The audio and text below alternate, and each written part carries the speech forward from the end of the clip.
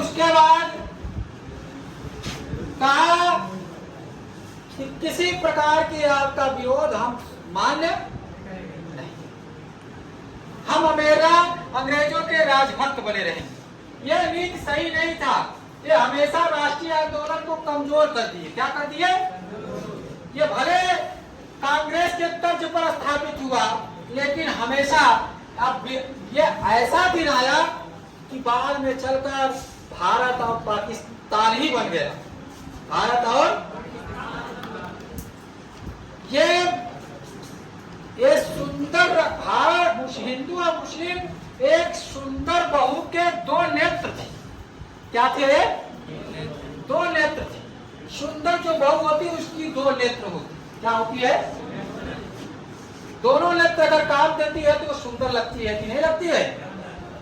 लेकिन अगर एक नेत्र मनोभाव को फोड़ दिया जाए वो सुंदर लगेगी नहीं ना।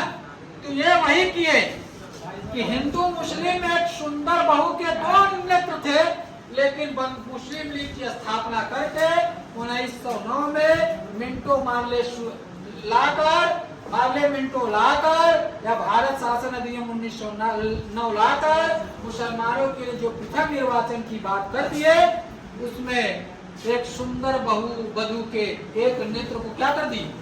तोड़ दी। अब राष्ट्रीय एकता कमजोर हो गई, सांप्रदायिकता का बीज पड़ गई। आगे चलकर यही अंत में होगा कि भारत 14 अगस्त 1947 को पाकिस्तान आजाद हो जाएगा। और अभी तक ये मुद्दा जो बना हुआ है भारत पाकिस्तान का, ये किसका देन है? अंग्रेजों का। किसका देन है?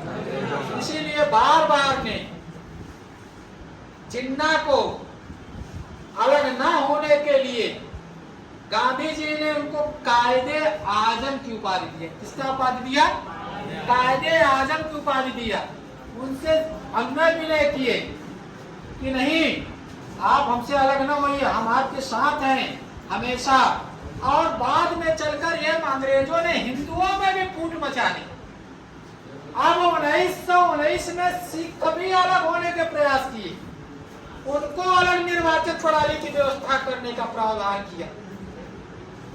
फिर 1935 में यूरोपीय हरिजन और अन्य लोगों को भी अलग पृथक निर्वाचन की व्यवस्था, राष्ट्रीय एकता को पूरी तरह से कमजोर करने का प्रयास। पूछ लेता है कि किसमें पृथक मुसलमानों के लिए पृथक निर्वाचन प्रणाली की व्यवस्था किया? तो 1919 के मिंटो मार्ले सुधार या भारत शासन अधिनियम। सिखों के लिए पृथक निर्वाचन प्रणाली की व्यवस्था 1919 के मॉन्टेग्यू चेम्स्फोर्ड एक्ट में या भारत शासन अधिनियम 1919। हरिजनों और यूरोपियों अन्य के लिए पृथक निर्वाचन की व्यवस्था तो भारत शासन अधिनियम 1935, जो सबसे ज्यादा जो संविधान बना वही भारत शासन अधिनियम से ही ज्यादा तक स्रोत बना लिया गया। ठीक है, इतना तक तुम सब रट जाओ।